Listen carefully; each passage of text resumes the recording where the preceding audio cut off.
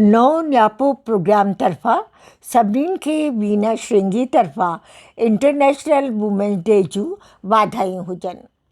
अॼु औरतुनि जे आलमी ॾिहाड़े ते इहो चवंदसि त सिर्फ़ु आलमी ॾिहाड़े ते ई हक़ ऐं इंसाफ़ जा नारा छो?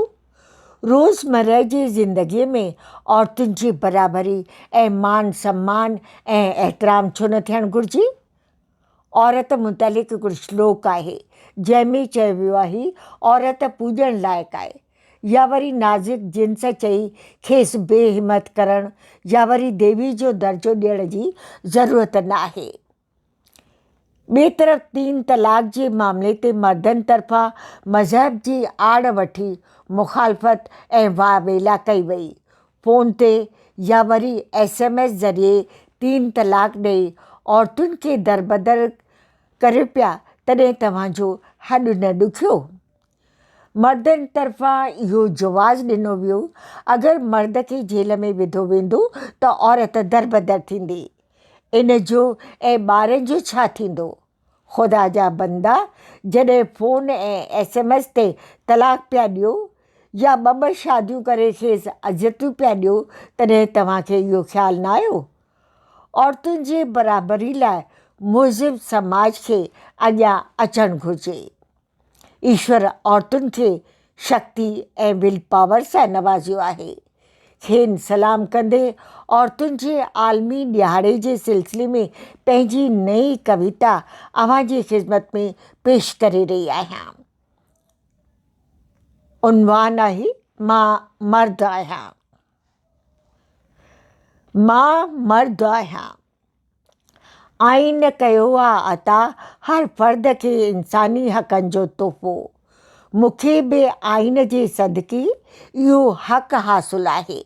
इन सां छेड़छाड़ करण वारनि नापाक इरादनि खे मिटीअ में मिलाए दाग़दार करणु मुंहिंजो पैदाइशी हक़ आहे जो मां मर्द आहियां, घर जो सरपंच आहियां।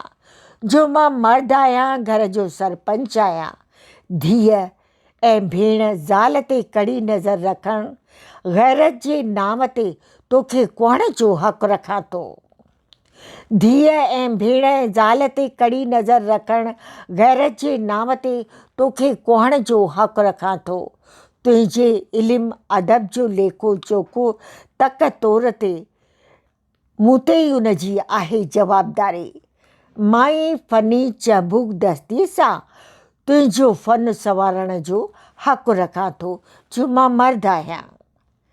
पंहिंजे सोच ऐं ख़्याल खे ऐं औरत पंहिंजे सोच ऐं ख़्याल खे ऐं औरत एॾी उॾाम न ॾे जो अदबी आखाड़े में अदीबनि खे ई अदब जे मुल्क थियण जी साइमी आहे। अज़ीम ऐं आला जिन्स मुंस न बल्कि मुज़कर हूंदो आहे। औरत अफ़सर हूंदे बि औरत ई सॾिबी, साहब लोग न सॾिबी। आदि जुगाद खां मुंहिंजो ई दबदबो रहियो आहे। औरतुनि लाइ पार्लियामेंट में 33% रिज़र्वेशन जो बिल बहाल करण वारो हक़ मर्दनि जे ई अक्सरियत वटि आहे।